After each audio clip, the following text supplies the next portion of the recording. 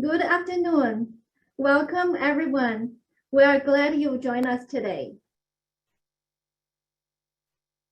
My name is Melissa Lee. I serve on the REC Communications Subcommittee. On behalf of the subcommittee, welcome to the May 2022 REN meeting. Just a few notes as we get started. We are recording the meeting. The presentation and the slides will be posted online.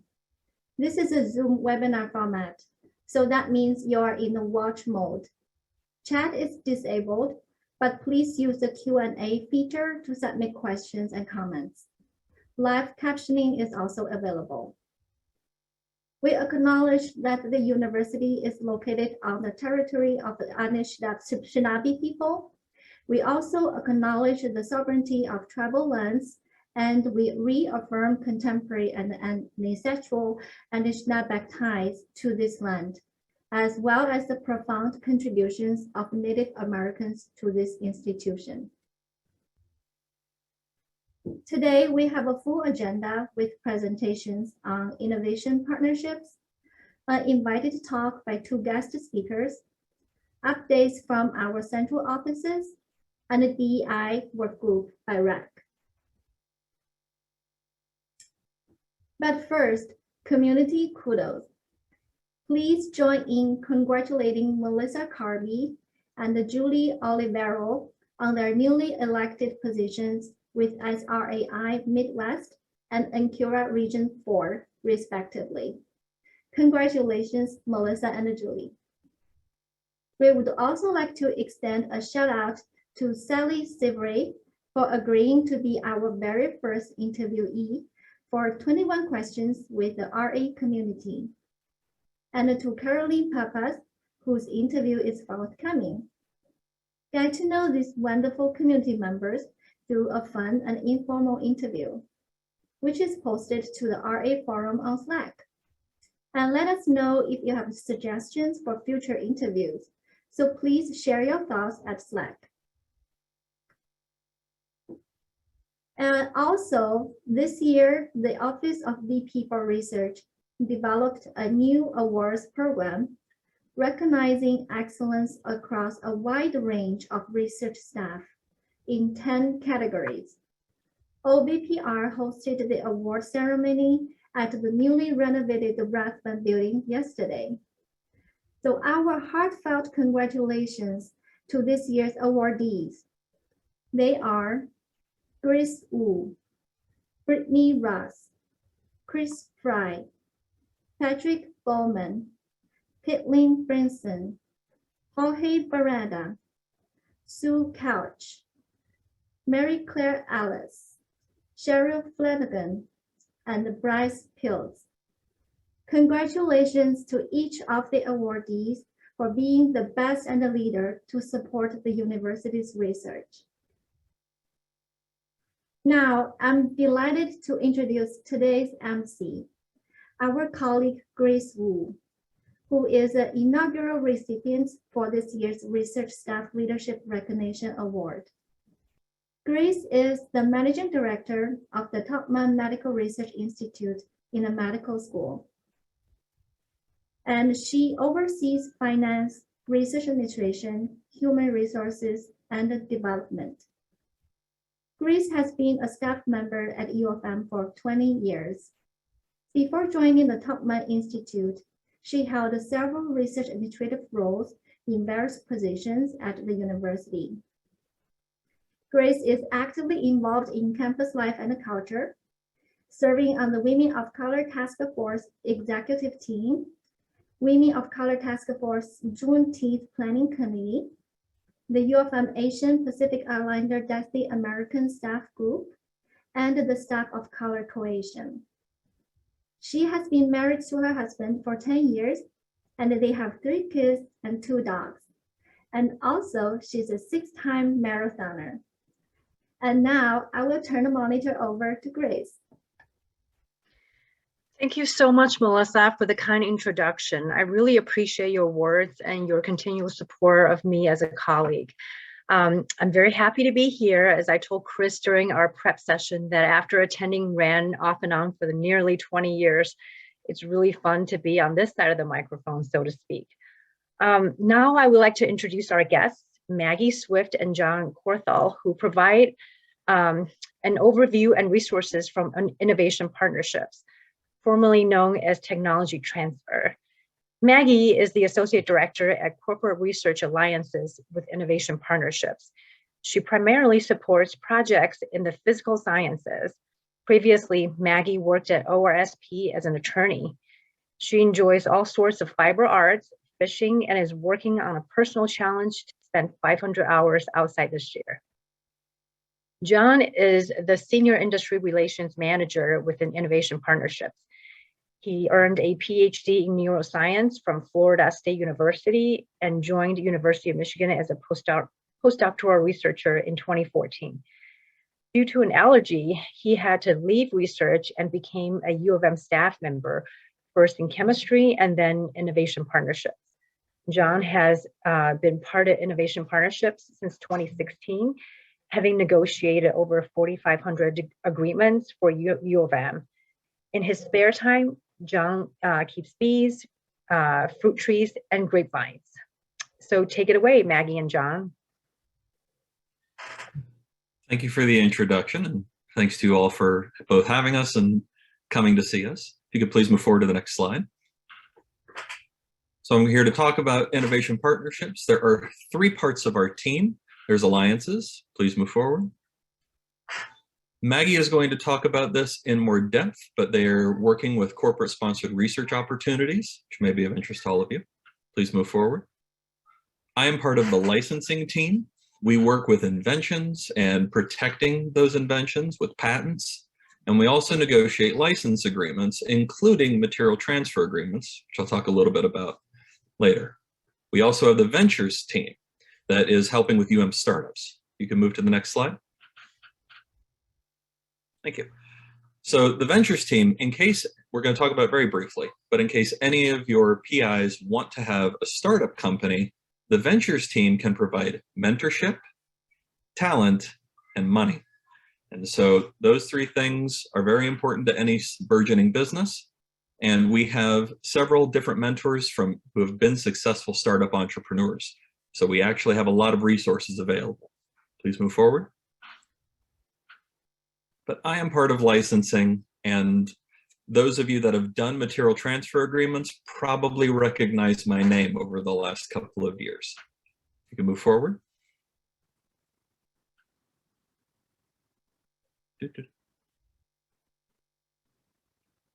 So briefly, we've had a recent reshuffle, and we have, if you were to report a different kind of invention, we have dedicated teams for software inventions, therapeutics, so medicines, physical sciences, and medical devices. I'm under the Therapeutics Partnerships heading, and I am helping to run the MTA team and the CRA team you see up there. Thank you. So, John Corthell, my colleagues Monica Pinkston and Hillary Bond are also part of the team. Monica handles all of the MTAs that are with not-for-profits, so foundations, other universities. She also handles all of your Addgene orders. And I bet a number of you are nodding right now because there's so many Addgene orders here. Hillary and I split the for-profit MTAs, so MTAs with any companies or for-profit groups. We also split, we help negotiate the intellectual property sections of any sponsored research agreements. I handle all of those that deal with life sciences. So if it's biomedical research, it comes to me. Biology comes to me. Biochemistry, that's me. And any IP sections of clinical trial agreements also come my way. If your PI is actually doing very cool battery research, solid state batteries, engineering of most sorts, that is going to go to Hillary. And Hillary and I both split our portfolio of research tools. I'll talk about it in a little bit, but very briefly, a research tool is anything that its primary use is for research. So mouse lines, cell lines, antibodies, specific assays, we help maintain those for the university. You can move forward. So Why are we here? Why do you probably know my name? It's because of material transfer agreements. The most common way that these are requested is through e-research. An UFA request is submitted for either incoming or outgoing material transfer with another institution. We handle a lot of these. So my highest year, I handled over 1,400 of these agreements. So we handle a lot of them, and we try to serve you guys as best we can, as quickly and efficiently as we can. But there is some information that it's helpful for us to have. So if you, for example, it's great if you have a point of contact with the other group, and that way we know who to contact. A pretty clear explanation of what the material is always helpful to us. The funding for it is also important, because part of our jobs is to make sure that whatever we agree to in this MTA does not conflict with what the original funding agreement said. So if we have that sort of information, these can be executed fairly quickly. And I just wanted to reiterate, even though I showed you our office has reorganized, nothing has changed in terms of who you contact for an UFA. The Michigan MTA email still works, and you'll still come to me or Hillary or Monica.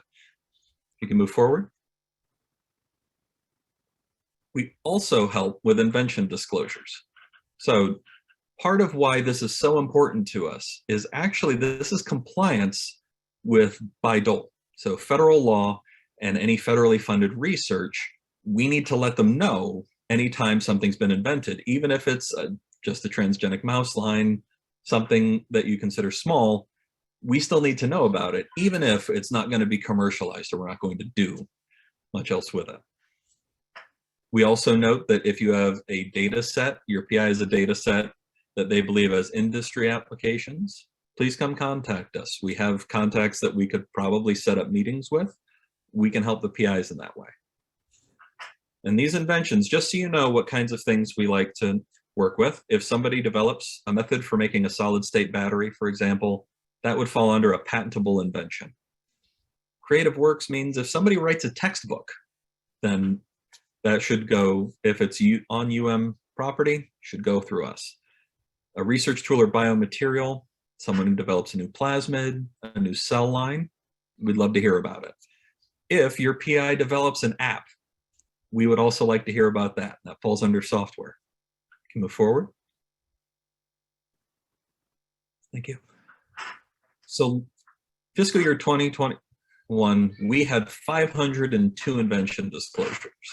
And the main thing I'd like to draw from this slide is that even if you go, I don't think we have anything, you might. We have tried to get, I believe we've gotten an invention from the School of Dance.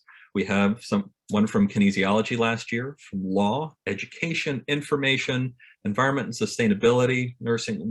The bulk are from med school and engineering, but we have a lot of inventions. You can move forward one more for me. We were number 3 as far as new reported inventions in 2020, only behind MIT and Stanford. And so any help that you guys can provide in letting us know about different inventions is greatly appreciated. If you can move forward. And with that, I'm going to hand this off to my colleague, Maggie. Thanks for listening. Thanks, John, and thanks everybody for the opportunity to speak with you today about innovation partnerships and specifically the newly formed Corporate Research Alliances team, of which I am a part. Corporate Research Alliances is the university's contact point for corporate partners seeking research collaborations. Development inquiries are outside of scope for Corporate Research Alliances. Our goal is to convert faculty and industry relationships into successful sponsored research engagements. If we want to move to the next slide, we can drill down on our team a little bit more. So as you can see, there are 2 units within Corporate Research Alliances, the alliance managers who manage existing relationships with managed companies, and then the newly formed Corporate Research Support Group, of which I am a part. Corporate Research Support facilitates early conversations between sponsors and project teams in order to establish appropriate IP and business terms and streamline the engagement process. So if we want to move on to the next slide, then please, we can see the org chart for additional road mapping of the two groups within Corporate Research Alliances under the Innovation Partnerships umbrella. On the alliance management side, you may see several names that are familiar from the former BEC, and then some contact points on the corporate research support side.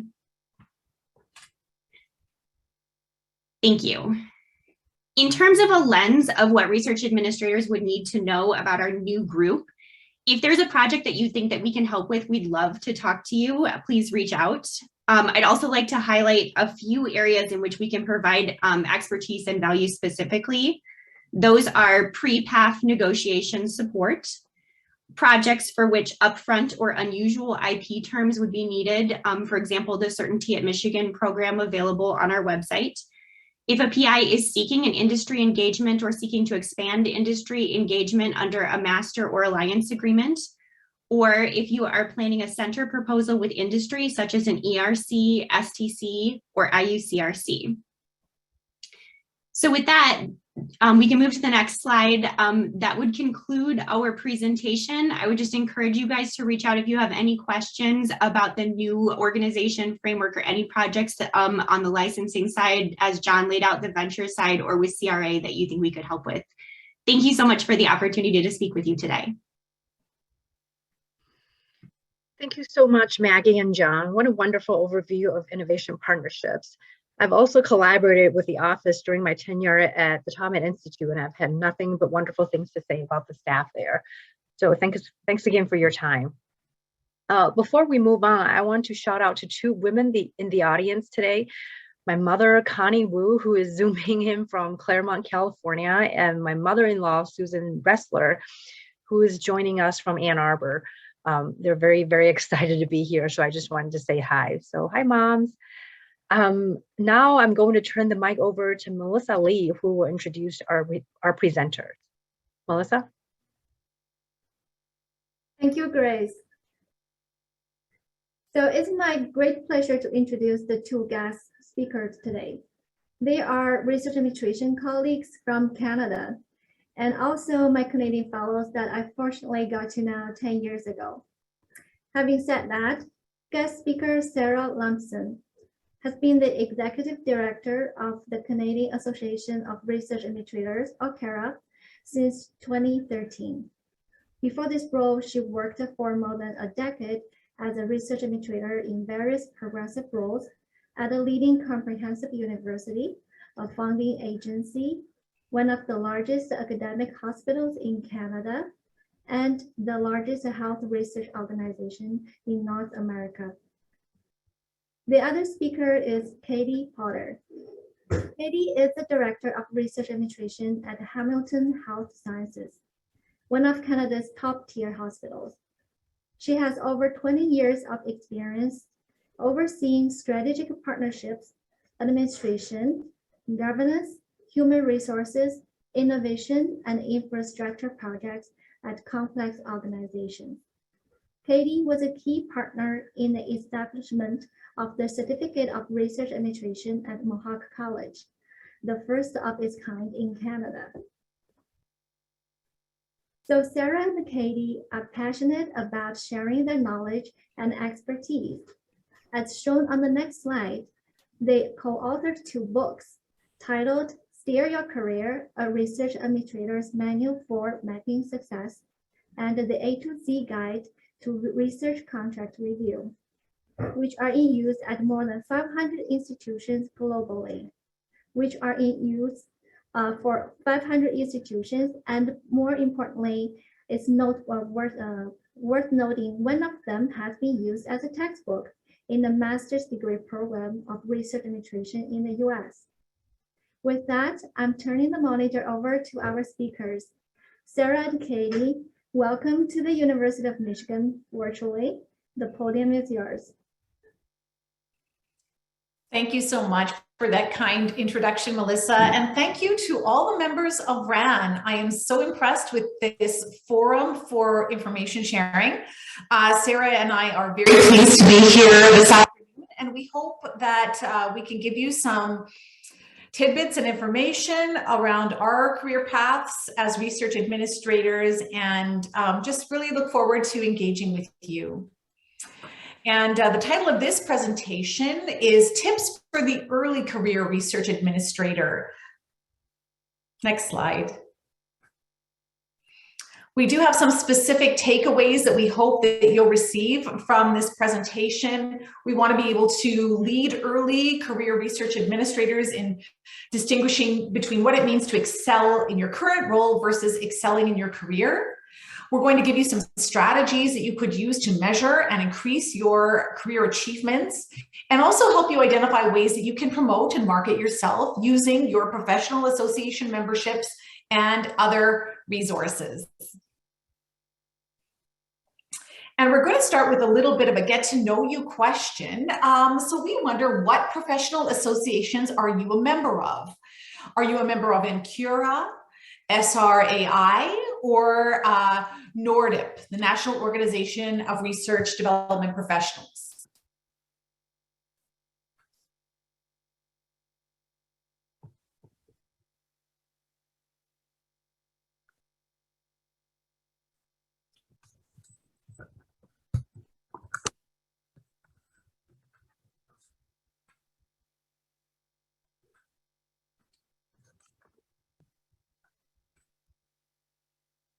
Not sure if we're at the results stage yet. Good. Many members here of SRAI. Both Sarah Lampson and I are members of SRAI and do work with them frequently. And some members of NCURA and other members of NORDIP. So thank you so much for responding to that poll. That just gives us a sense of who we're speaking to today. And another question, and this sort of centers around your activities as a research administrator. How active are you in your professional association? Are you very active? You love volunteering, publishing, nominating other colleagues for awards? Are you a bit active where you attend events online or maybe in person at least once a year, or not active?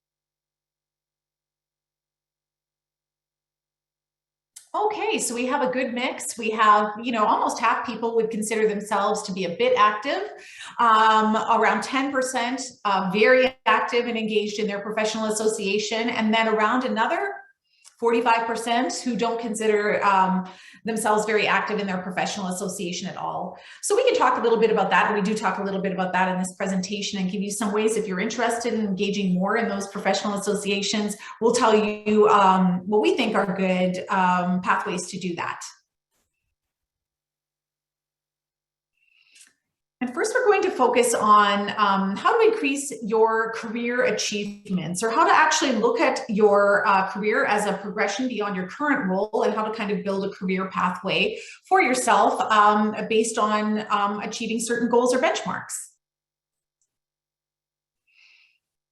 One of the things that Sarah and I talked and wrote about a lot at the beginning of our entry into this field was considering what excellence looks like in your particular role.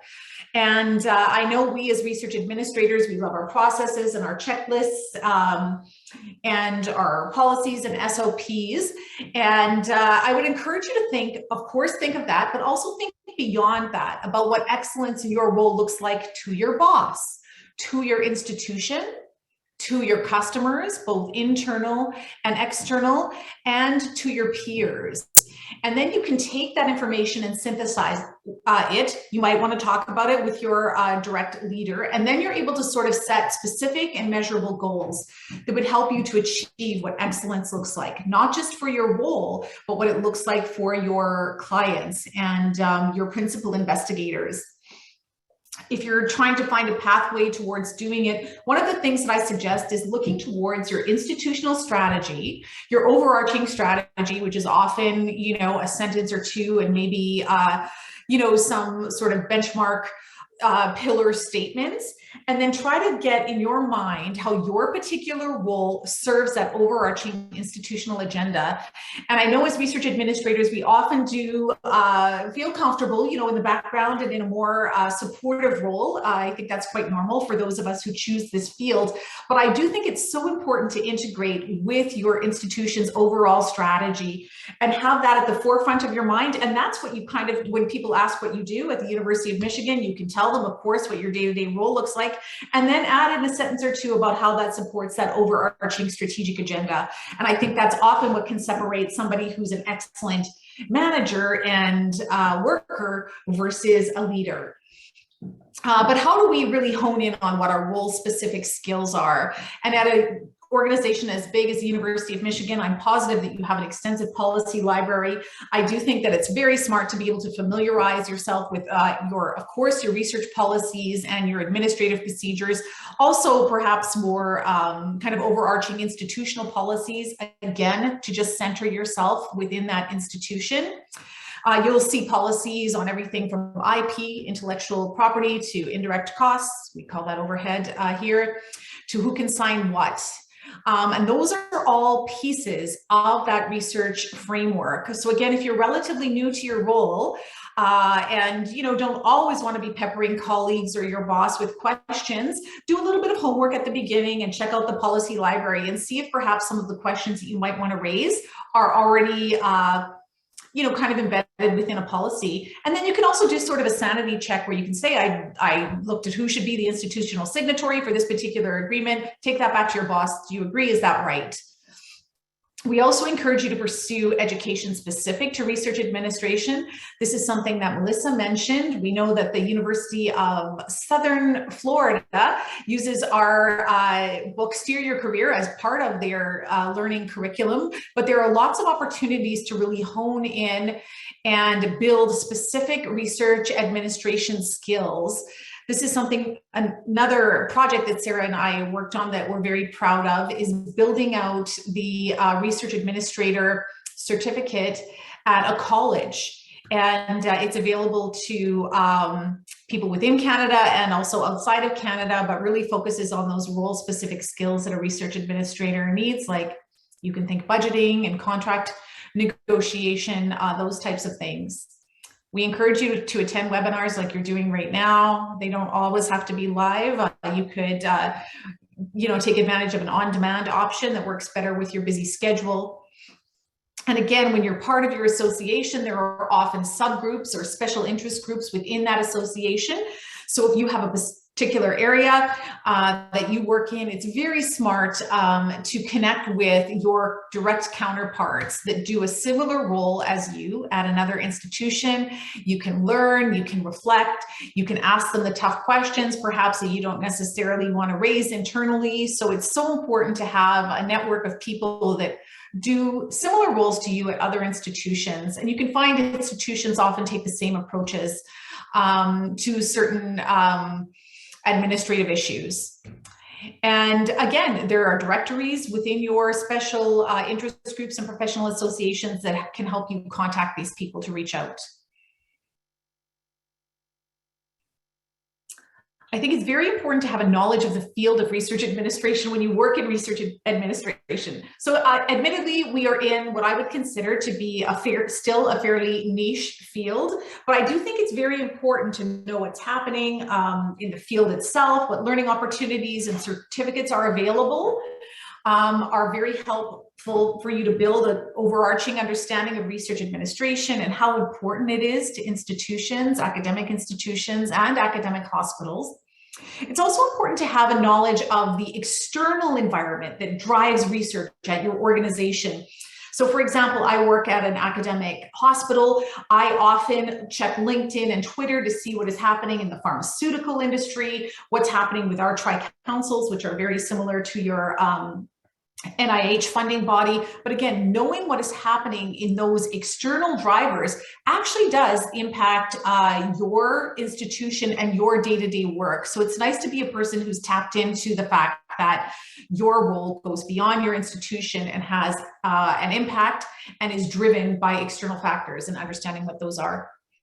We suggest you could read magazines or journals. There are books on research administration, scholarly journals. There are more magazine format resources on research admin that you can leverage. Again, leverage those professional associations, and again, learn more about specific industries. So if you're in, for example, the material transfer agreement area, it would be very helpful to know, understand the science and the protocols that support those materials that you're working on transferring. Just have an understanding of the project that goes beyond getting that material transfer agreement signed and then telling your investigator, okay, go ahead and transfer those materials. Yeah, and we suggest you ask your colleagues or other professional association members to share any information that they may come across relevant to your field. We also suggest that you become an expert on research at your institutions. So certainly not all of us are scientists. I myself am not a scientist, but I think it's always helpful to understand your researchers' biographies and areas of interest, maybe recent awards or accolades that they've received. I feel like all of those are important pieces of the puzzle if you really want to serve your clients well. And if you do have expertise in a particular academic area, and I know many research administrators do, again, take a look at the theses of investigators that are in that area, and that might be a potential colleague that you could get to know a bit better. Read the grant applications. I know you all do this, but of course, we need to go beyond making sure that every box is filled, but really trying to support our researchers write the best, most successful, cleanest grant applications that they can submit. If you're not a scientist, look at that lay summary, make sure that you understand it. If they're looking for feedback, that might be an opportunity for you as a lay person to say, that was a great summary of your work, or you could even give feedback like, I don't quite understand, can you help me better understand this? And they might be able to tweak their lay summary a little bit. This is tough during COVID, but when you get a chance to get away from your desk, take the opportunity to meet these investigators face to face. I think a lot of them really do like to know the research administrators that support their work. And I think it's always good to go beyond, just an email or a phone call. Once we pass through the pandemic, I hope that piece returns. And just that focus again on why do our roles exist? They exist to support research at our organization, and of course ensure compliance and meet funding obligations and requirements. And we do all that to help these researchers answer these important research questions. So when you are looking at a new process in your office, of course, we're very great at developing these processes that really make our day more efficient, but I really encourage you to also look at it with a different lens. It doesn't have to trump your lens, but it is important to look at it from the lens of a researcher to think, is this something that they have the capacity to do? Do they need to kind of offset that by hiring a team member? So again, I certainly understand the rigor and compliance obligations that are always increasing on institutions when it comes to administering research funding. But I think we always need to also look at what the investigators perceive of our processes and how we can really build a bridge between us and our research community. Another piece that Sarah and I talked about is that importance of when you make a commitment to try and execute on that commitment. And of course, if you can't, if there are external factors that mean that you can't make a deadline as promised or respond as quickly, I think it's just so important to just share that information back with investigators. And I also think that the pandemic has made people more tolerant of, sort of lag time between I need to think about this and get back to you.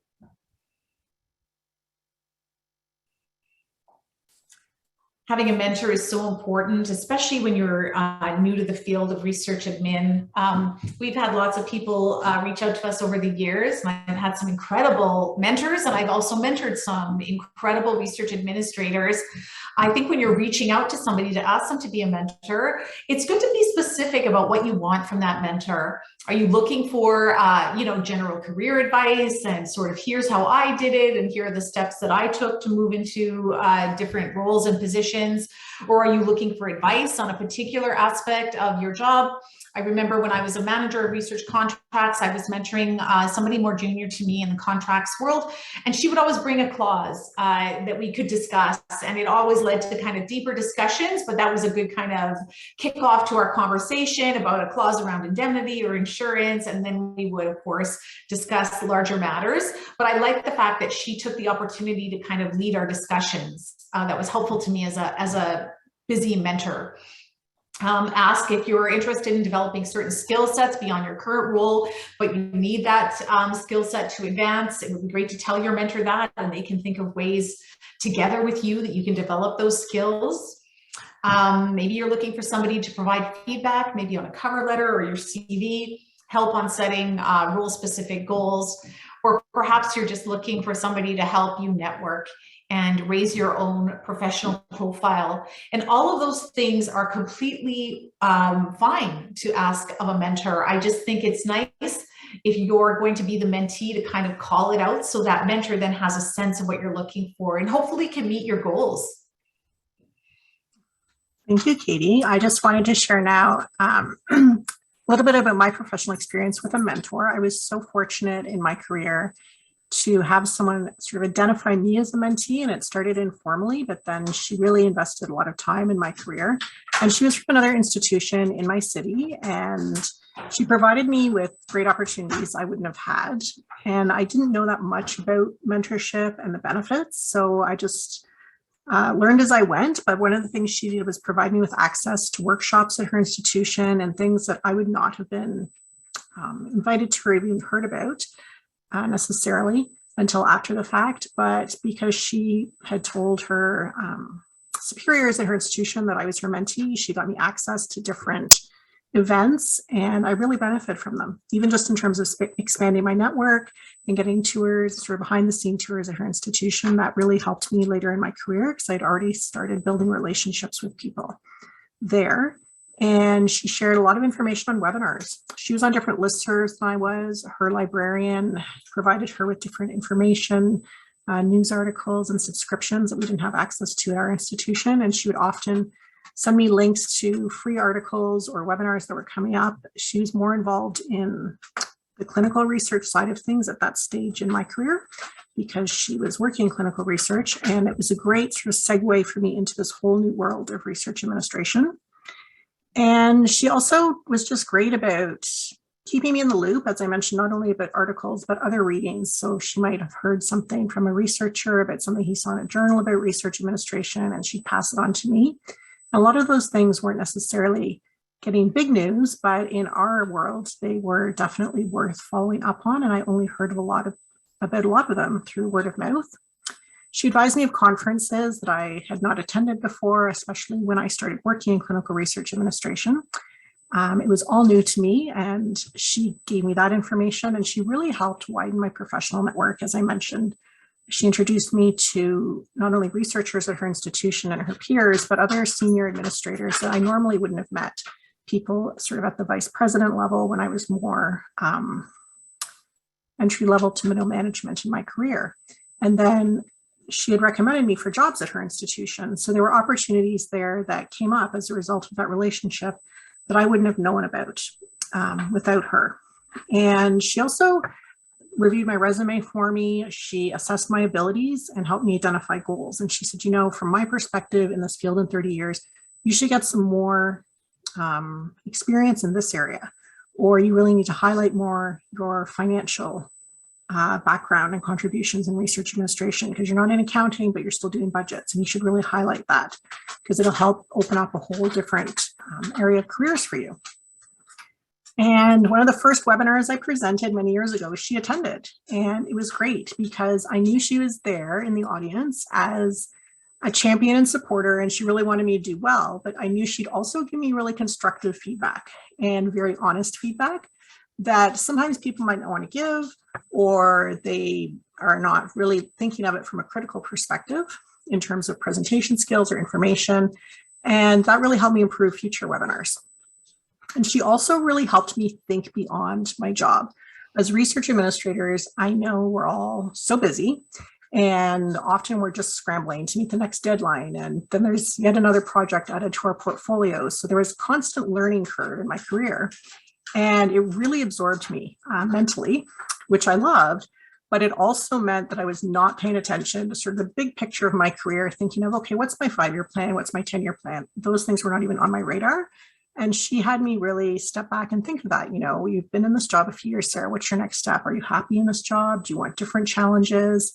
How do you see yourself contributing to research administration at large? Are you going to publish? Are you going to enter a poster competition? Are you going to be a mentor? And all those things sort of beyond my role that I needed her to flag because I was just not paying attention to them. I had my head down and I was really busy working. And she also was great at her willingness to provide professional references. And she would sort of be, I guess you could say, my wingman in some ways at her institution. She would go around and talk about this great younger research administrator she knew. And if she ever retired, she thought I'd make a great candidate for the job and things. So she sort of paved the way for me on these career opportunities that I would not have had otherwise. Next slide, please. So we have a quick polling question here for you. We just are wondering how many of you have mentors, someone beyond your supervisor, who I'm sure is providing with a lot of mentorship.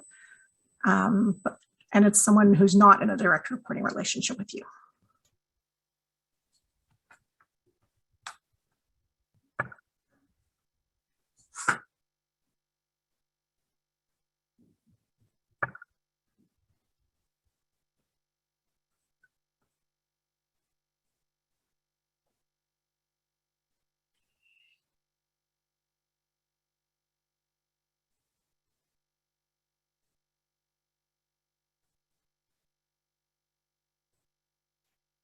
Okay, great. That's so nice to see that almost 30% of you have a mentor. And I definitely encourage you to consider that. I know through the Canadian Association of Research Administrators, we have a formal mentorship program. And if you don't have one through your professional association, maybe you could suggest that, but you can also just reach out to someone you've identified. If you're looking for mentorship in a certain area and there's someone there who's high profile, they might be able to help you as a mentor or recommending someone else to help you. So please do use your association directories and take advantage of that community. So the next step we wanted to focus on was focusing on the big picture, which I alluded to a bit when I talked about your career and thinking sort of beyond your job. So when Katie and I first started consciously deciding to focus on our career as well as our work roles, one of the things I looked at was what my main interests were and what I needed to improve. So I was just very interested in writing, and I did not have really any experience at all publishing professionally. It's sort of in my professional thing. I'd volunteered at different things in the community to write things. And where I worked at McMaster, I'd written some pieces for the public relations department, things about our office for internal newsletters or staff writing contests or interviewing fellow staff members, things like that. But I really wanted to work on writing things. And my initial goal wasn't really, I wasn't thinking about books, but I just wanted to start by getting published. And now there are so many opportunities that are available. There's blogs that you can contribute to. I know our professional association is always welcoming people submitting blogs to us, and we have new blogs posted every week. That's a great way to get started. Poster competitions are a great way to get started, and you don't have to do these things on your own. Often it's less intimidating if you team up with other people, maybe highlight a special project that your office did or some new process improvements, and share that with a broader audience at your professional association conferences. And just by trying to have it on your radar and deliberately and consciously choose to, say, publish a certain number of things a year or present a certain number of things a year, I found that so many other opportunities came up that I wasn't anticipating. just by sort of making myself stick to it and say, I'm going to publish 2 things this year, or I'm going to publish an article in Ancura magazine, and I'm going to do at least 3 blogs. And every year I consciously set goals around that. And it reflected back really well on our institution. When Katie and I were both working at Hamilton Health Sciences, and we were getting recognition from different professional associations in Canada and more internationally, that really raised our profile at our institution as well. And it also brought expertise from our institution to a lot of other places and really not only helped build our network, but allowed us the opportunity to bring back knowledge and exchange knowledge in different ways than we had before. And I'd also encourage you to compare your achievements to peers in your field. A great way to do that is to look at different LinkedIn profiles. Sorry, please excuse my dog. To see sort of what other people are achieving. Because I know once I applied for a job and I had a pretty rich resume, I felt at that point. But when I was on the other side receiving resumes, it was interesting what a wide variation there was at different stages of people's careers and just among peers. So I had some people that would be applying for a job that were very, very busy at their institutions or often just in their own office. But then you had others that you could easily see how they could move into a higher level management role because they had established networks outside the office, outside the institution. They already had big bridges built to other institutions and senior leaders across the country. And those are things you can start building now because you never know when you're going to be able to leverage them. But certainly the immediate gains to your institution and your career, I think, are worth investing that time. Next slide, please. So if you have a specific job in mind, which hopefully you do, or maybe just at your institution or even externally, I would say start looking at what skills and attributes you need to advance. So certainly your supervisor is a great person to start. There might be some kind of director pool at your institution or succession plan that's institution-wide. But also looking at job descriptions of different roles really helps you get a sense of what skills are needed out there. When I wasn't looking for a job, I wasn't consciously looking at or really seeking out different job descriptions and job ads. I'd sometimes glance at them. But then I started really looking and thinking, okay, in a few years, I might want to be a director, I might want to be a manager, and then stepping back from that and saying, okay, this job description seems very intimidating to me. I don't think I could do it. And then I talked to my mentor and I said, look, I don't have these 10 things they're asking for, and making a plan for how I was going to get those skills and get some tangible experience on my resume, because there wasn't always opportunities at my work, but I could go and seek them out in my community or at my institution at different ways there were to volunteer. So if there's anything you can achieve now that would be considered a key indicator of a competency for promotion, I definitely encourage you to do that now and start highlighting on your resume and just start keeping track of those things, because sometimes great opportunities come up that we're not anticipating. And if you have some of those things already in place and a resume ready, it really makes things a lot smoother. Next slide, please.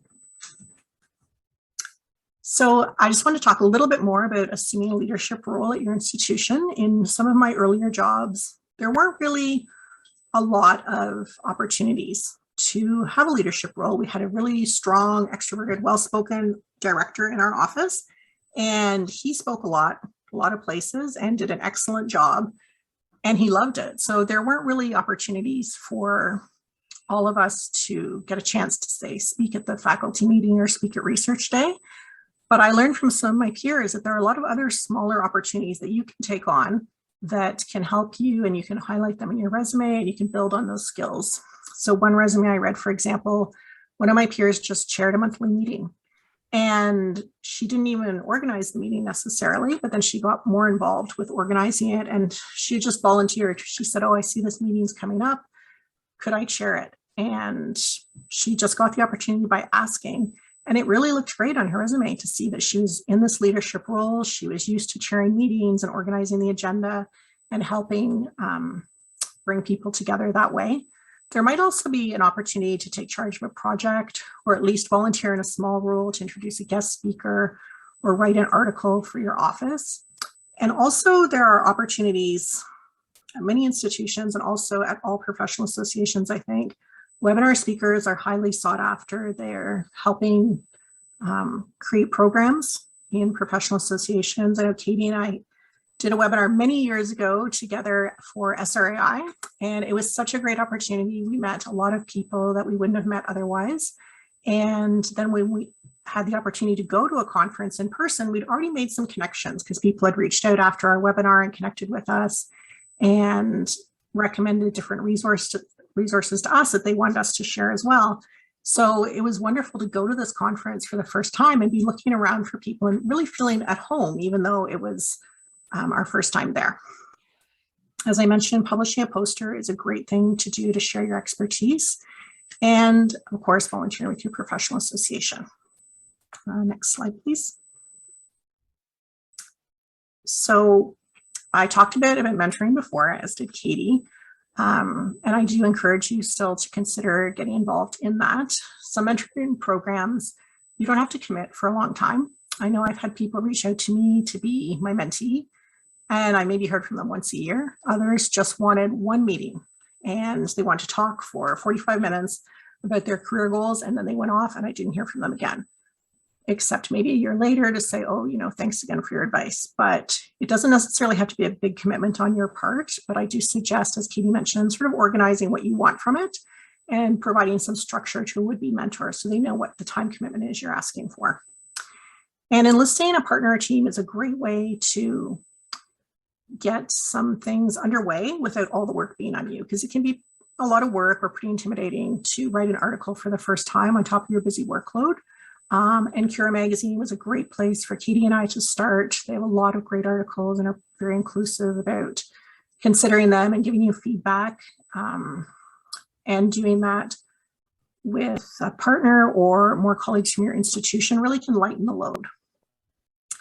And I would just say leave your comfort zone on a regular basis. It does get easier and easier. At first, I must admit, I found it intimidating to be calling people or emailing saying, I'm willing to present a webinar for your association, or I've written an article for consideration. And it really helped just getting used to that and getting used to the thought that, it's okay if we get rejected because at least we tried. And getting nominated for awards and maybe not getting it, but it's a great honor to be nominated. And things like that kind of created the sense of momentum. And then when we did get sort of one article, sometimes we get a phone call later, people would ask us to present on that topic or to pull together a poster for some conference or event. And it really helps us feel like things were happening quickly. And they did happen quickly once we sort of got into the habit of just taking advantage of opportunities that were available. And one thing in my career that was great was the opportunity to sort of look beyond my own role at my institution. So I was primarily responsible for contracts. I spent a lot of time on material transfer agreements, and I loved my job and it was a good fit for me. But there was also opportunities that came up that I took advantage of, and they weren't necessarily, I wasn't thinking so much of looking for another job. I just wanted to expand my skill set. So I went to another city once to take a 3-month temporary job, which my institution gave me permission to do, and it was in grants. And I hadn't really worked in grants before other than industrial grants, and this was more related to not-for-profit grant money that was available. And I worked at a not-for-profit, and it just gave me experience from the other side of the table. And years down the road, it helped me get another job that was still primarily contracts, but it did have a grants component to it. And no one else that applied had any grants experience. So it only took 3 months, and then it gave me this great opportunity down the road I hadn't been anticipating. Next slide, please. So I just wanted to share a little bit more about my personal experience about how acquiring this growth mindset really helped me and made my career so much more enriching.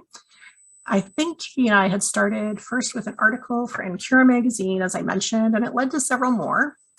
And then we got the idea of maybe pulling some of these articles together and some other articles that we had drafted but hadn't submitted anywhere, and making a book. And that was really pivotal, but it had all started because of some articles for Cura Magazine. And then because of, we got very comfortable publishing in the magazine format and in a book, we decided we would submit a scholarly article to an academic journal that I'm sure some of you have read from SRAI, the Journal of Research Administration. And that really helped us get more credibility with our researchers. Some of them got really excited that their administrative staff had published an administrative journal in our profession, and it was really highlighted at our institution, and it connected us with different people. And we heard from sort of some higher level people at our institution, like deans and vice presidents, who were so happy to see that we had achieved this. And all of these things led, of course, to speaking invitations and requests from different peers in our field to co-author articles with them. So some people I had worked with on creating a mentorship program had asked me to write an article for another academic journal in a clinical research area. I think it was about pharmaceuticals. It was a publication I never thought I'd be published in, and I wasn't familiar with it until we were, because they knew that I liked writing and that I'd had these experiences, and that led to many more experiences for me. And I started reaching out to my peers locally, as well as these opportunities that were more national or outside my immediate community. And I founded 2 national mentoring programs. And then I was hired in my current role because I had all these experiences, and I had never thought I'd be working for a professional association. I didn't really know that much about it, but because I'd had experiences starting mentoring programs and doing webinars and creating a webinar program for my peers, it allowed me the opportunity to be in my current role. And then that plus the opportunities that came from our writing, I was hired to develop a course with Katie in our online research administration certificate at Mohawk College here in Hamilton, Ontario. And now we have students across Canada and internationally who have taken our course. And not only were we hired as the course developers, but then we went on and were hired as faculty. And all of that started really just by doing an article in NCARE magazine, that all these other opportunities sort of flowed from them that we weren't anticipating. Next slide, please. So one thing I would encourage everyone to keep in mind, which I think Katie has also some experience with this, is just keeping an open mind about advancement. If you're looking to move forward in your career, it can be, research administration has so many different roles, and sometimes we think, oh, I'm always going to be in a particular role, but other opportunities do come up, and I would encourage you to keep an open mind about them. Because I know one of my peers was really good at this. She just applied for different roles at our institution, and she ended up in a very high-ranking role, which was great, which she wasn't really thinking about at first. And then we had other peers who were not so proactive. And I know I had a staff member who worked for me once that was in sort of a lower paying entry-level job, but when opportunities came up for promotion, she turned them down because they weren't quite what she wanted at that time. Even though it would have been more income and more experience, would have led to more opportunities for her. She didn't see that. She just thought it was not exactly what she wanted. So she was holding out for that perfect job that doesn't always come along. In fact, I would say opportunities like that are very rare. So just try and keep an open mind about those. And I encourage you to seize opportunities that come up. Next slide, please. Okay. So the last section that we're on is just about marketing yourself a bit more. So some of the things that we did talk about earlier are related to this, but we want to highlight these few things. So in terms of your network, sometimes we have networks and we don't realize how big they are. But keeping in touch with former colleagues is something I always encourage, because you never know where they'll end up and what opportunities can come up at your current institution to collaborate with theirs. When I worked in clinical research contracts, I was able to collaborate with people at 3 or 4 other institutions across Ontario to come up with template agreements, which saved our institutions and the pharmaceutical companies a lot of money, because our 4 institutions signed on to these template agreements. And that was out of relationships I had with former colleagues and people they knew. A great way to expand your network sort of at your institution as well beyond your office is participating on committees. And that can be committees related to your work, but there's also a lot of opportunities, hopefully, as we get back into person, to do things like there's charity things, events that happen. In my institution, there were chances to help out with lunch hour concerts or to help with a bowl-a-thon for our community charity foundation. there were specific fundraisers for institutions, so one for breast cancer research, and I also organized a food drive at my institution. And all of those things helped me really get to know people in my community within the institution. So when a problem came up with another office or something, I always had a lead because I always knew so-and-so from when I organized the food drive, and they would tell me who the go-to person in the office was. And because I had sort of befriended these people in advance, they'd often go the extra mile for me. And I think that that was very beneficial to my office because we didn't always work with, say, the mailroom. But if people knew us personally, it could really come in handy when something went wrong beyond all of our control to have those relationships in place and have that sense of teamwork and collaboration already there. Also, I think it's great if you can to show up in person. There have been so many great virtual events that have come out of COVID. And I think that's great. I think we're all getting used to them more now, but I have really found it easier to establish relationships by being at events in person. A lot happens during the breaks, over coffee or over the meals.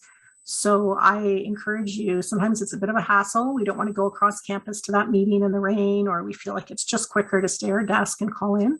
If you have a chance, I do encourage you to show up and get to know people a little more that way. And also actively asking for introductions. So when I had a colleague who was working with a particular research team, maybe on licensing, and I didn't know them, he would, because I asked him, bring me along and say, oh, this is my colleague Sarah. She took care of the material transfer agreement related to this license, and she just wanted to meet you in person. And I would leave my desk and go to people's labs sometimes to deliver agreements to them in person, just to make that in-person connection. And it was so unusual to do that, that some of the researchers were profoundly impressed that I would take the time to just run something upstairs, that they would email my boss spontaneously and say, oh, we got excellent service from Sarah today. And it actually was really simple. It took me 5 minutes to drop something off. And it helped me start those relationships or deepen them. And lastly, there are some great resources available that you'll learn about through your professional associations. And I know, for example, I absolutely love Dean Smith's books, which I hope you have in your office. Managing the Research University was one of his first books, and it's such a great resource. And when I reviewed it online, I put my real name on it because I felt like that highlighted me in the field. It also showed it was a legitimate review, but also sort of highlighted me in the field as someone who's reading the books and is engaged. And I wasn't expecting any feedback on something as small as a book review on Amazon or something, but sometimes I did. Someone would email me and say, oh, Sarah, I saw you also reviewed Dean's books and I love them too. And that's so great. Are you going to this conference? We have to meet up.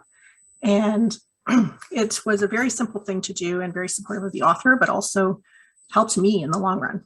And I know that Katie and I met people from other countries that we had connected with long before from doing simple things like book reviews online. Next slide, please. So awards are something that I'm personally very keen on because I have absolutely loved nominating people for awards and seeing them get recognition and have their special day at a conference. And there might be formal recognition available at your institution that you could nominate colleagues for. And there's also a lot externally. And I know research administrators I work with, I have nominated some of them for awards at different professional associations, but there are also some great community awards. I have been nominated for YWCA Woman of the Year Award. Many of those nominations and supporting letters came from people I knew professionally. And I also nominated people for awards. You know, the Rotary Club in our community has awards for people who contribute a lot to the community. And it's also a great way to highlight the work at your institution to the broader community and also raise the profile of research administration in general. A lot of people don't know about the effort and expertise that goes into administering research, even though they know that research, you know, brings a lot to their economy and is advancing knowledge. And all these incremental gains are adding up to benefits in healthcare, and they have sort of some impressions of it, but they often don't realize that how much excellence is needed in research administration to support excellent research. So I would definitely say look around and see what's available in your community and also through your professional associations. I know Katie and I both received recognition through SRAI a few years ago, the Excellence Award, and that's such a great honor. And Katie also received some recognition in the United Kingdom. And it's a great opportunity for us to get our institution's name out there as well and highlight some of the excellent work that our teams are doing beyond our institution. So the easiest way to be nominated for an award yourself is also just draft what you need the person you're nominated to say. I love nominating people, but it's so much easier and gets such a richer nomination if I tell them in advance and they send me, say, a point form list of their achievements for the year, or they send me their resume and they highlight to me what they think they should be recognized for. And it's great when people reach out to me and they say, you know, thanks for offering to nominate me. I drafted the letter. And it really saves me so much time and makes me really keen to nominate them because it's so easy to do that. And I've often emailed my network and said, you know, I'm happy to nominate anyone for an award this year. Please reach out to me if there's an award you want to be nominated for. And it has been a great chance to highlight to them my commitment to their careers, and also just for me to learn more about the different awards processes and celebrate in their successes. So sometimes you might be fortunate enough to be nominated for an award and not receive it, but the nomination is still worth noting because so few people overall are actually nominated, especially for big awards where there's a massive amount of paperwork and there's not a lot of people with the time and commitment to see it through. So we have one more polling question here. This one's about awards.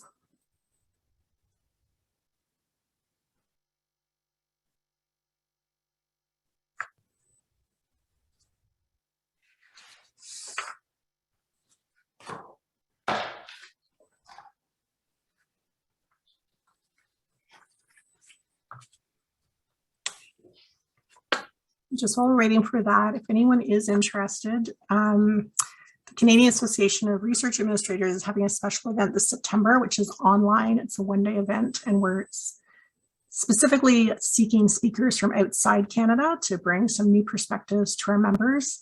We had a lot of speakers from the West Indies and other countries last year at our regional conferences, which were very popular. So if you're interested, please email me about that. Okay. So that's great that half of you have nominated someone for a professional award. That's so great to see. I think it's a wonderful support of your colleagues and team. And it's so great to have those special moments where we're seeing other people's achievements and being inspired by them. So now, Katie, it's your slide.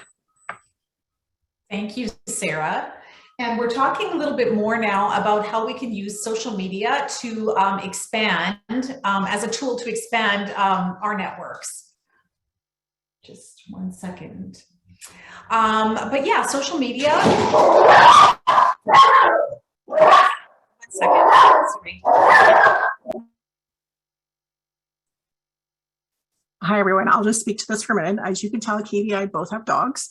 And they tend to act up most when we're presenting. So social media, I have to admit, I was not embracing it early on. And fortunately, Katie got me onto LinkedIn by repeated encouragement, but it's a great way to expand your knowledge and build your networks. And also just sharing best practices. I love seeing what people at other institutions are doing and different improvements they've made. And also, of course, it's a great way to find a job or recruit an employee, but also enhances your professional reputation. Just to see a research administrator out there commenting on issues related to research and administration raises your profile and really highlights your expertise.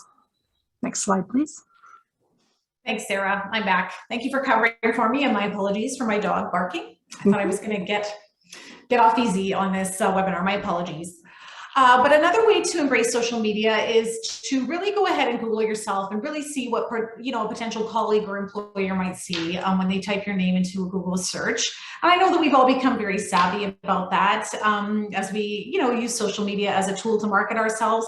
But I do think it's handy to ensure that the first Google hit that comes up about you is, of course, your excellence in research administration. So do take a look at that and be sure that you have a bit of control over what a future employee or a colleague would see. We do encourage you to engage in online discussions at LinkedIn and Twitter related to our field of research administration. I think that we can we can enhance our profile by not just being a consumer of all of the excellent information available on these platforms, but also a contributor to the forum as well. And I think that that's a nice, relatively simple way to raise your profile. Having that good quality kind of professional headshot on LinkedIn is also very important. But just take away that concept of, you know, these platforms are great and we can learn so much about our institutions. We should follow our institutions on Twitter, our colleagues and our peers and those external drivers to our field. But it's also nice to be a contributor to those forums as well, where you feel comfortable contributing. Just a few tips on LinkedIn, and if you're, you know, relatively new to the field and maybe want to build your research administrator network on LinkedIn, you know, first look to your colleagues. Again, I think it's really helpful and important to seek out those people who do your job at another institution. Again, that can be, you know, potential close relationship for you eventually, and you can bounce things off of each other and that bring that expertise back into your institution. You can also link up with people that you've met at conferences or fellow members of a professional association like we have here today.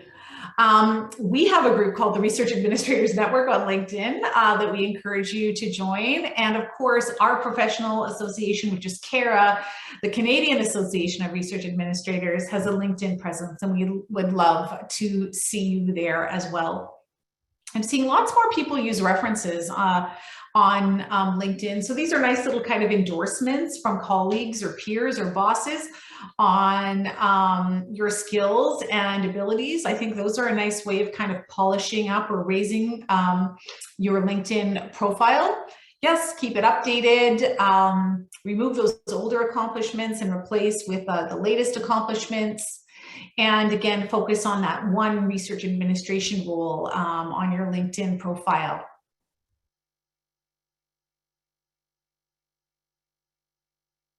Wondering where you're at on social media. Are you on both Twitter and LinkedIn in a professional sense? How about just LinkedIn? Are you on Twitter for personal things or on Twitter for professional topics, or no?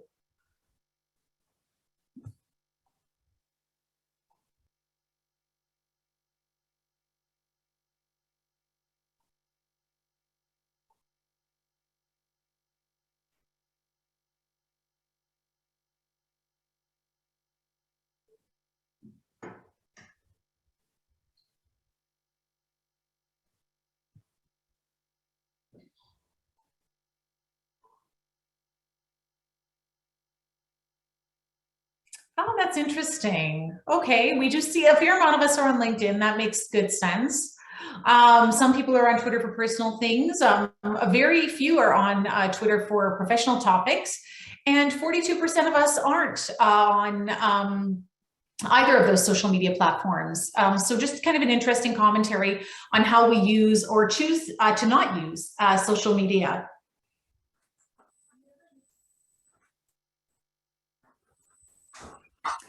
One of the tips that we, Sarah and I have talked about how do you move out of a particular role, especially where you're excelling and doing a great job, and take that step, you know, to the next level. One of the things to look at is how your supervisor is going to perceive you exiting that role.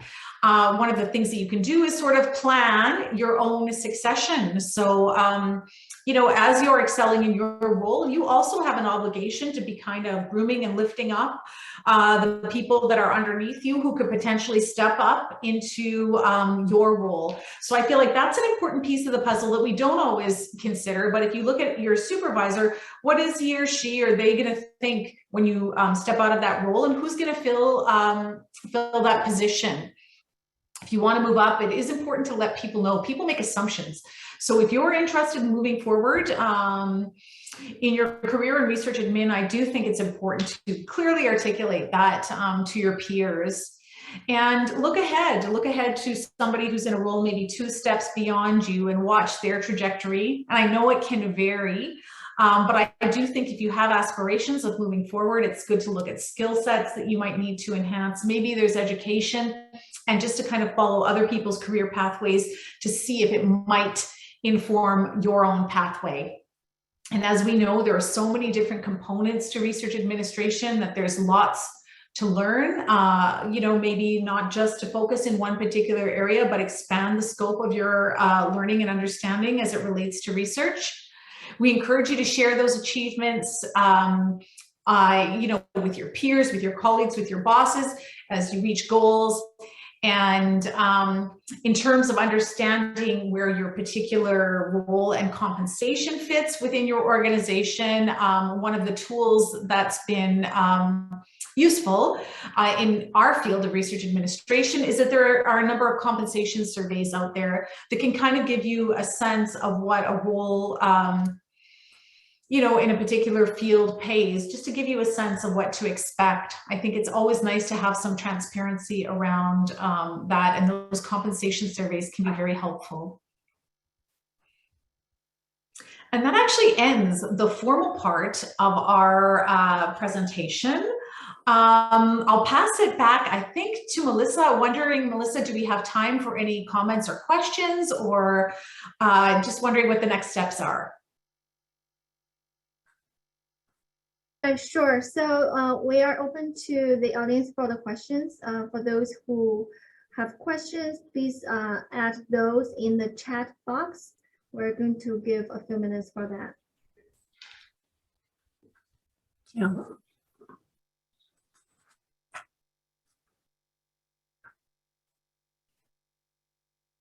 And then someone asked about the book that was mentioned, and Katie kindly put the answer there. So it is by Dr. Jean O. Smith, titled Managing the Research University.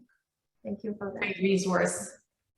Yes, he also has some other books related to research accounting and leadership at Authority in Higher Education, I think it's called. And he has two great books about research accounting. One is sort of for a more general audience, and some is for people who are specialized in research finance. So they're great resources that we would recommend. And there's also another book we showed on one of our slides there called Soft Skills and Professional Tips for the Office, which was written by a Canadian. And it's specifically to research administration. That is not obvious from the title, but it's a great resource for newer research administrators as well. Thank you, Sarah. So I don't see any additional questions in the Q&A. For the benefits of time, we're going to move on. But if the audience have more questions, feel free to contact us. We're going to communicate with Sarah and Katie if you have more questions. Thank you very much, Katie and Sarah. Thank you. Thank you so much, Sarah and Katie. It's always interesting to learn how our friends on the other side of the border conduct their business. And it's just nice to share best practices and challenges. I just want to reiterate the importance of mentorship in our industry, especially when you're new to the field. I've both been a mentor and a mentee, and I've learned from both of those relationships. It's been a benefit both to me personally and professionally. And I know in Michigan, we have the Research Administration Mentoring Program, also known as RAMP. So that's an organized program, but mentorship can really happen anywhere, anytime, and formally and informally. So I encourage you to make those connections with your colleagues. And you've been in the field, if you've been in the field for a while, allow those new research administrators to connect with you and learn from you. So I guarantee you will find those relationships to be enriching. So Sarah and Katie, thank you so much for your time this afternoon. We appreciate you sharing your wisdom and your experience. Now I'm going to turn the mic over to Debbie Talley for the sponsor programs update. Debbie? Thank you, Grace. And Grace, congratulations on your award yesterday. So I have a few updates. The first one is that we have finalized the single audit for FY21. So that is now out there, and if anyone needs it, it's available for you. In that audit, again, just as a reminder, there were findings, but they were not related to research administration, or I'm sorry, research and development. So there isn't anything for this audience to be concerned about. In addition, we are already starting the single audit for fiscal year 22. So this week earlier, we had a kickoff meeting with the auditors, and they will start their testing sometime in July.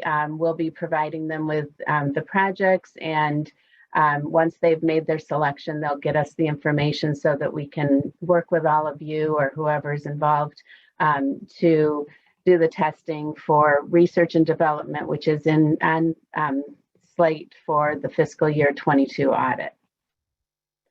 For equipment inventory, a year ago, I talked with all of you about equipment that was what I would refer to as missing in action. So we had an external company come out and do a baseline inventory. We worked over the past year with the Property Control Office and many of you to locate some of those assets. Others were written off, and we are considering that resolved as of June 30th. I know there's a few that we're still cleaning up, but thank you to all of you involved in that process.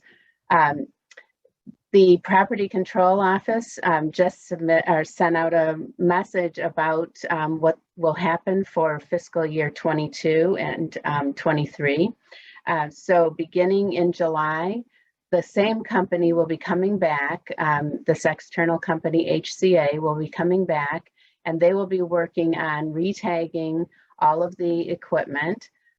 They're going to be using something referred to as radio frequency identification tags, RFID. So it'll be easier to locate equipment in the future. And they will also begin the baseline inventory again. So that's going to happen sometime in July. There will be some interchanges that those are virtual that will be available for anyone to attend. June 15th and June 23rd. So if you're interested, please take a look at that information that was sent out recently from Property Control. Then I also wanted to share that for GSA effort reporting, there are a couple HR videos available for the effort reporting process for either GSAs that have either fall term or both spring and summer term, as well as fall term 22. So those are YouTube videos, and the links are in the slides when those are out. Please take a look at them. The other thing I wanted to say is just a thank you related to our closeout project. We have been working with all of you to reduce the number of outstanding closeouts of projects. So we're under 1,000, which is really a great milestone for us. Obviously, there's still quite a few that are in need of being closed out, and most particular are those that are late. The concern is that there may be charges that are appropriate to another project, and we will be working on those reports soon. So if you happen to have some closeouts that need to be wrapped up, please work with our reporting accountants to get those taken care of. And the last thing I wanted to share is that we have several new people starting in sponsored programs. So on Monday, this coming Monday, the 23rd, Jeff Reidel will be returning to sponsored programs after many years out in the med school. And we're excited to have him come back and be part of our customer service team. And then last Monday, the 9th, we had several people start in the reporting area, several reporting accountants. Some of them chose to have their pictures included, others did not. So you can see that we have a few that were not shy, camera shy. So several new reporting accountants.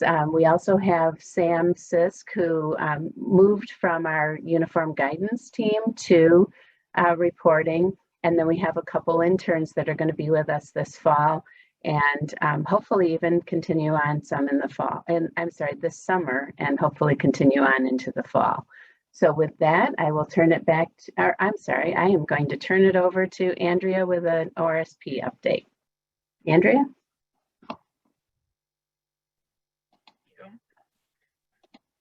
Go ahead and go to the next slide. Thank you. So just a little bit of trivia before we dive into our agency updates. This photograph is Bernadine Healy, who served as the first female director of the NIH from 1991 to 1993. and launched the NIH Women's Health Initiative. She was a strong advocate for health, for women's health research in our country, and pioneered research on women's heart disease when she was leading the American Heart Association.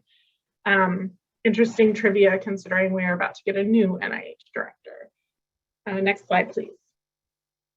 So a few sponsor updates today. We are hearing a lot about the Build America, Buy America Act from our federal partners. At the FDP meeting last week, several of them touched on this in their updates, and NSF has actually released an update to their terms and conditions, which includes this new act. So something to be aware of, that is being implemented across federal agencies, but it is very specific. It's largely targeting infrastructure type grants, so it probably will not affect most grant holders. NIH has also released their salary cap increase. The official notice has come out because they received their funding for this year.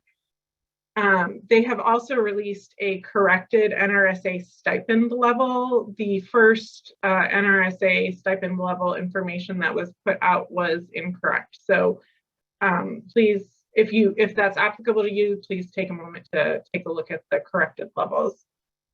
And they have released some updated budget forms for the RPPR. So anything in progress before June 22nd.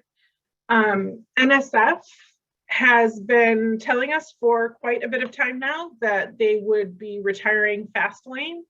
That is coming up quickly and will no longer be available in January 2023. Hopefully most of you are already using research.gov, but if you are still using FastLane, it's important to know that will not be available for use anymore starting next calendar year. So it's good to get used to the new software while you still have the old one to rely on for glitches.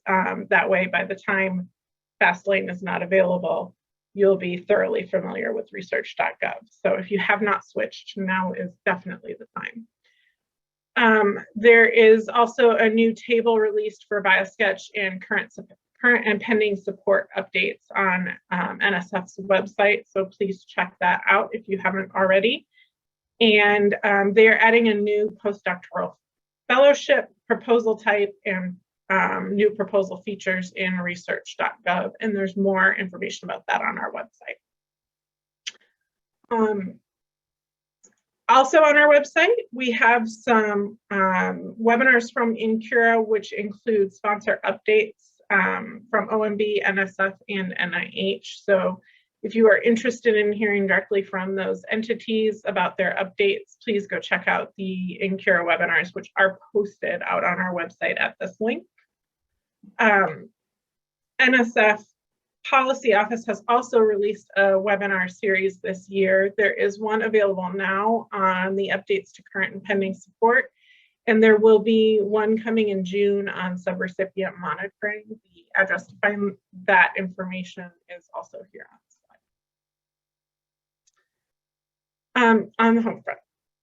So we have several new staff members in ORSP as well, and we wanted to give you a bit of a virtual introduction. So Zach Brady and Priscilla Pincham have joined our support staff team as admin assistant associates, and Jake Young has joined our government sponsors team as an assistant project rep. So we are very excited to have all of them on the team. We also have some changes for existing staff in positions. So Laura Dickey, who is has been in charge of our reporting and IT support in our office, has been promoted into the position of the manager of business intelligence and analytics. And we do have a vacancy on her team right now for a BI analyst that we are currently recruiting for. Ray Martel was recently promoted to a senior project representative, so we're very happy to have him moving up in the office. Sabrina Wilson was promoted to an administrative assistant intermediate, and Eric Ward was promoted to a new position in our office as the assistant assistant managing PR for our brand new data use agreements team, which is being formed as we speak. That is leading to a little bit of change in how some of the work is managed in our office. With Eric joining as an assistant manager, he will have 3 data use PRs reporting up to him. And we'll kind of go through some of that org chart change here. So just an idea of the overall workload being handled in our office. Next slide. So on our government sponsors team, of course, we have Karen Almadine as the managing project representative. Reporting to her, we have Ryan Langton, who manages a team of PRs listed here, and also Daniela Marcelletta, who manages a team of PRs listed here. So on Ryan's team, we have Kelly Buss, Patrick Case, Ray Martel, Becca Timmermans, Karen Sampson, and Jake Young. And on Daniela's team, we have Tracy Larkin, Christy Bohensky, Amanda Reel, Lizzie Howard, and Erin Kingsley. These teams are divided up to try and target the types of sponsors they are working with. So we have one team handling primarily healthcare related departments and units on campus, and another team that is handling pretty much the rest of campus. That way they're working with sponsors with similar requirements the bulk of the time to try and create some expertise with different sponsors as opposed to having them spread thin across the floor. On our private team, Patrick Woods is the managing PR, and reporting up to him, we have Emily Baxter, Lark Hunter, Tony Nielsen, and now Eric Ward managing the DUA team. So starting with Eric, since he's got the new team, reporting up to him is Michael Hudson, and we have 2 vacancies on that team right now that we have offers out on, and should be announcing new PRs soon. Reporting up to Tony, who manages the Maze team, which covers primarily healthcare related departments. Julie Olivero, who unfortunately unfortunately for us, but fortunately for her and for the unit that she is going to, I believe mechanical engineering, she has accepted a leadership position out in the units and will be departing from our office. So we will be opening up a position to recruit to replace her. Dan Garber, Ariel, I'm going to butcher her name, Javeranis, Joe Johnson, and Thomas Bluchnak all report up to Tony. Lark manages our clinical trials team. So her team is very focused in on clinical trial agreements, managing those from negotiation through closeout. And reporting through her is Deborah Dill, Trisha Haynes, Mike McAllister, and Beth Winter. And then Emily's team is kind of handling everything else. So the rest of campus, the non-medical fields. And we've got Jeff Long, Kate Shee, Raymond Clucky, Caitlin Jost, and Manny Pierce on that team. A few reminders. Few reminders. We have our at-risk submission rate rising right now. We want you to be aware of that because as that rises, we are probably going to need to look into some mitigation measures to get the at-risk rates down. Again, we have too many at-risk submissions coming into our office. The target has been to keep it at or below 10%. And we have seen a steady increase in that over the last several months. So ideally, we want to see those numbers going back down. We are recruiting openly for 2 PR positions right now, one on the government team and one on the private team. And we are also recruiting, as I mentioned earlier, for a business intelligence analyst. And we are beginning interviews for that position now. So hopefully we'll have that filled soon. Just a link to data resources for our office because that team is down a person and it's only a 2-person team. We want to have some self-service resources and highlight those to you so that you can go out and get the data you need, hopefully on your own through the resources we've provided. And we also just want to do a quick reminder that we mentioned at the last RAN meeting that we have switched over the ERA Commons ID request process into ERPM. So those requests, I'm sorry, the search function for those requests is available in ERPM now. But we actually need you to get ERPM access before requesting a new ERA Commons ID that helps us validate that the individual is affiliated with U of M, so that we can then go ahead and approve an ERA Commons ID request for that individual. So that is important to the process. And that is all I have.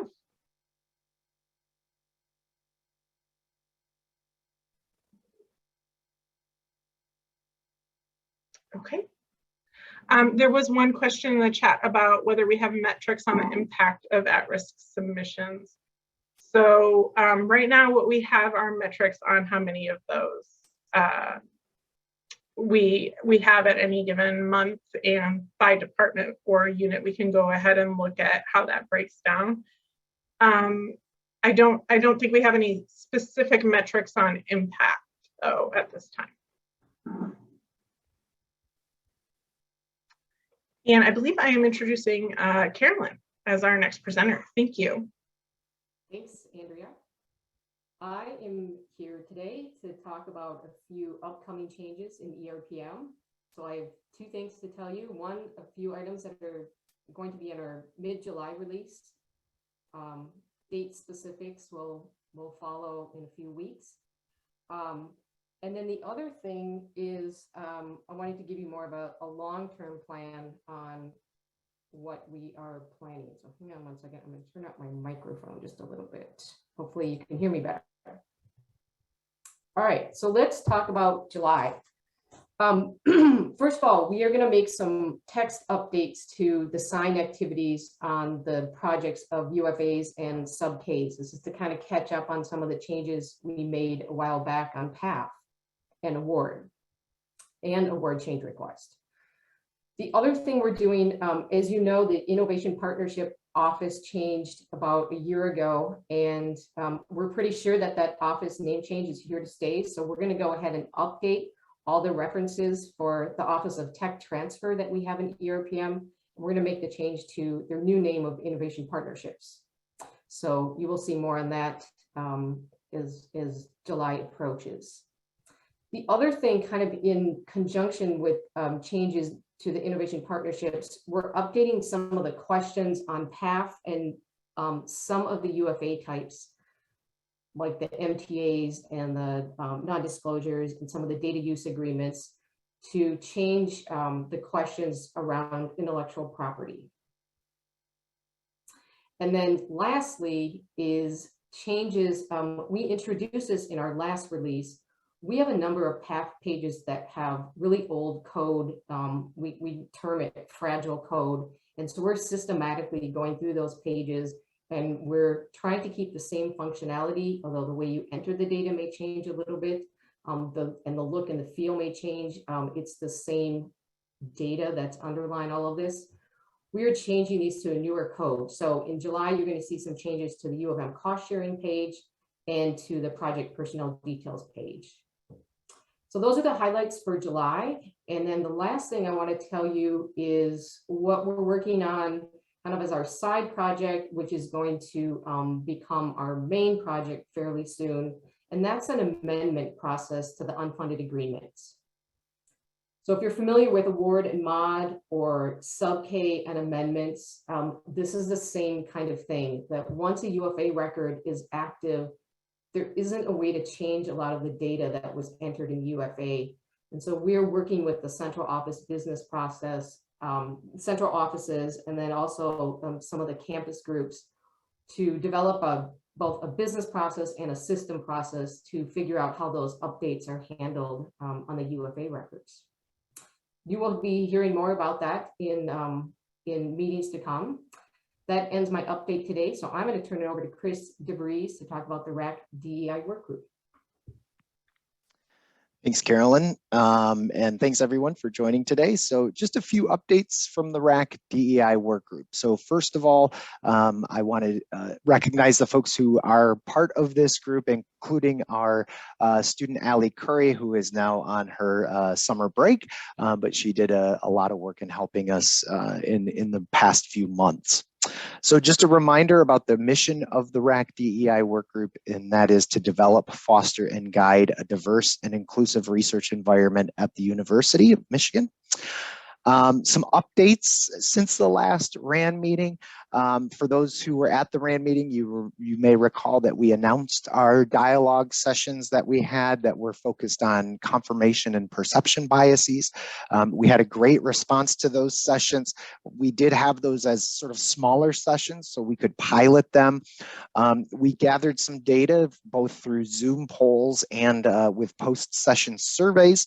And then that data, anonymous data, our UROP student Allie Curry utilized for her poster presentation at the UROP Spring Symposium. And we're currently working through that data to see where we might go next in terms of the dialogue sessions. But suffice to say, we do intend to continue them with different topics.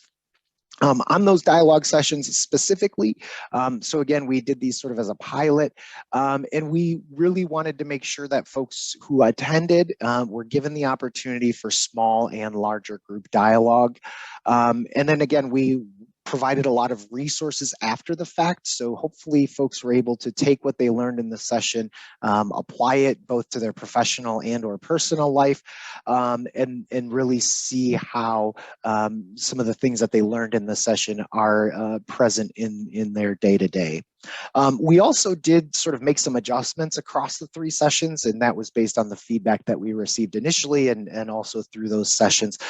So really our 3rd session was not anything similar. It was similar in terms of some base level content, but we kind of switched up some things in terms of logistics, and I really think we learned a lot in that process. So what's up next? We're again looking at the data from our dialogue sessions to see where we can make some more tweaks and how we can further improve those sessions. And we'll be sharing that information with the research community as we get to that point.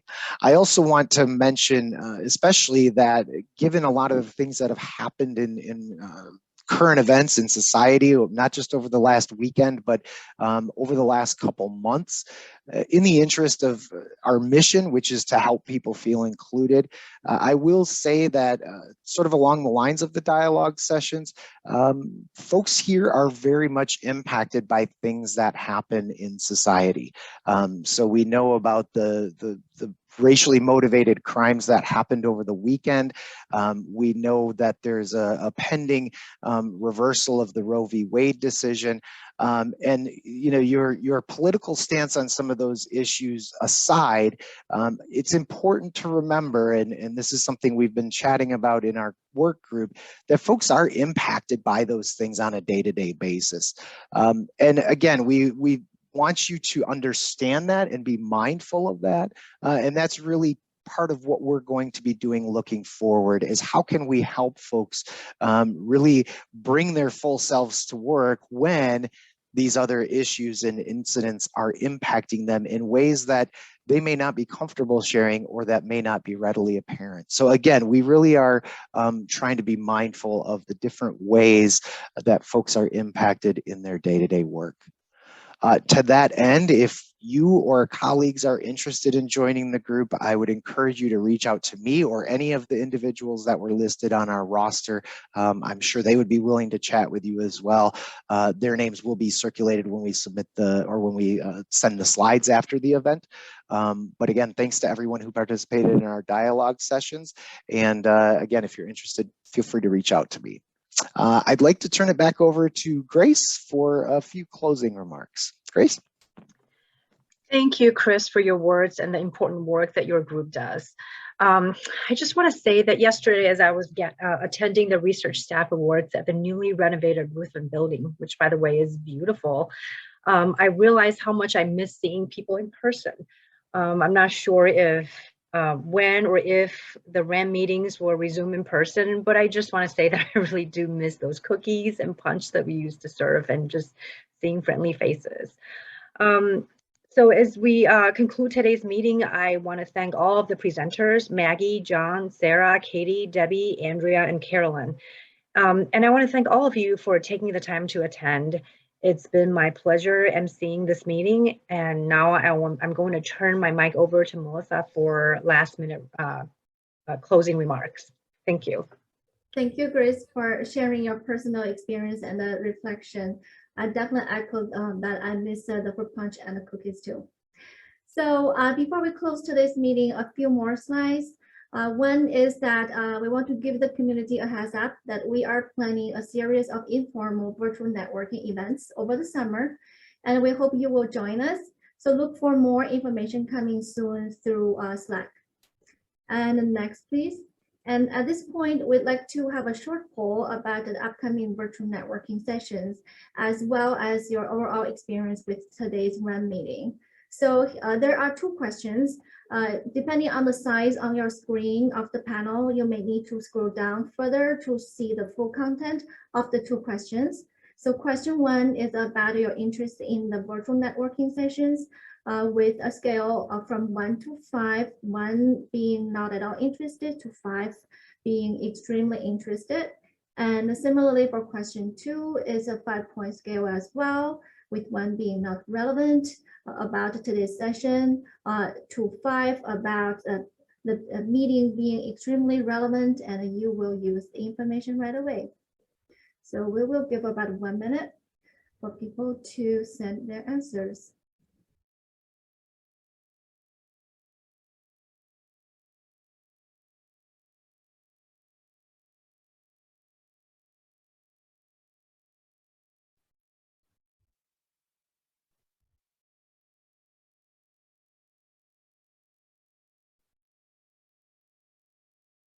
Okay, so here are the results. As for question 1, we have a full spectrum of the responses from the score 1 to 5, and with a relatively even distribution. And for question 2, we have most attendees voting number 4. That is, they found today's meeting quite relevant. Great. Okay, thank you. So with that, we want to briefly remind that we have some training opportunities through the Navigate program, as well as through some professional organizations and associations, as shown on the slide, including NPURA, NORDAP, and SRAI. So finally, I want to extend our thanks to all the MC presenters and the communication subcommittee, and each of you who's joining us today. And please keep in touch on the forum at the Slack, and we hope you will join us in virtual networking over the summer. And as always, if you have ideas, suggestions, or feedback, please let us know. And where you're going to see an email contact in the chat box, so that's the place for you to get connected with us for questions and feedback. And also save the date for the next RAN meeting, which is on Thursday, October 27th. Until then, take care, be well, and have a wonderful summer. Bye, everyone.